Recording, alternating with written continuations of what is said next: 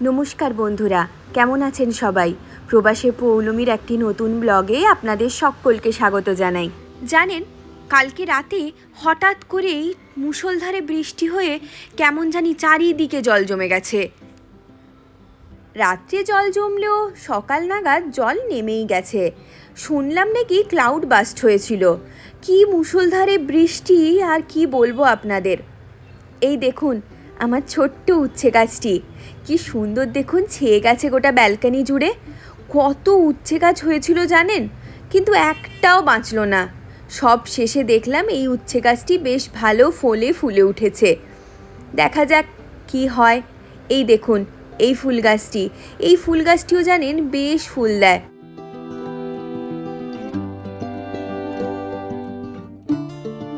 চলুন চটপট করে যাই, রান্নাটা বসিয়ে দিই, না হলে কিন্তু আজকে দেরি হয়ে যাবে। বেশ কদিন আগে ও এনেছিল 850 টাকা দিয়ে কত রকমের কত মাছ জানেন, এই সামনের ফিশ মার্কেট থেকে।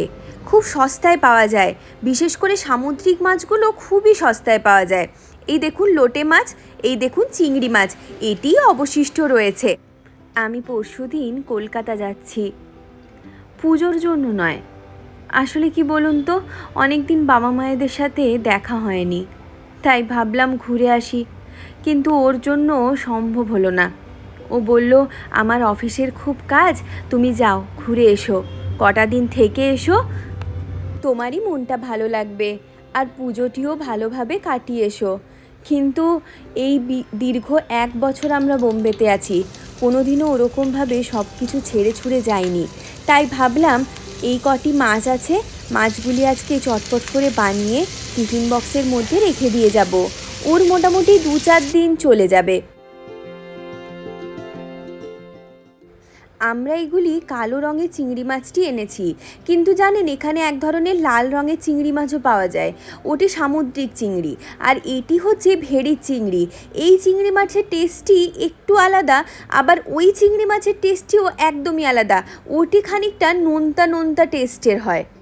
জানেন, আমরা এখানে এসে লোটে মাছ সেরকমভাবে খাইনি, তাই ও বললো যে একটু লোটে মাছও আনি।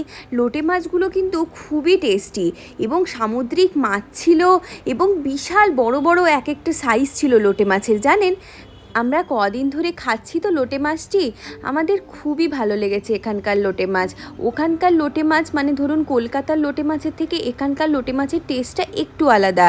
প্রপার সমুদ্র থেকে ওরা ধরে আনে, মানে খানিক আমাদের ওখানে তো দেখাই যায় না, এখানে লোটে মাছগুলো কাটলে বেশ খানিক রক্ত বেরোয় জানেন।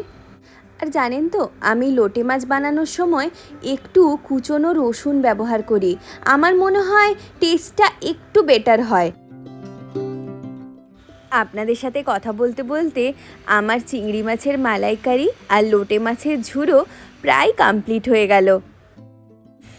ঘড়িতে প্রায় 1টা বাজতে যায়।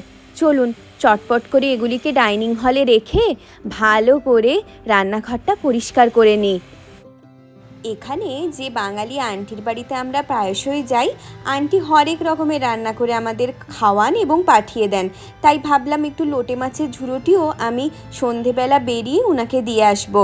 চলুন আজকের মতো চলি, আসবো আবার একটি নতুন ভিডিও নিয়ে। নমস্কার।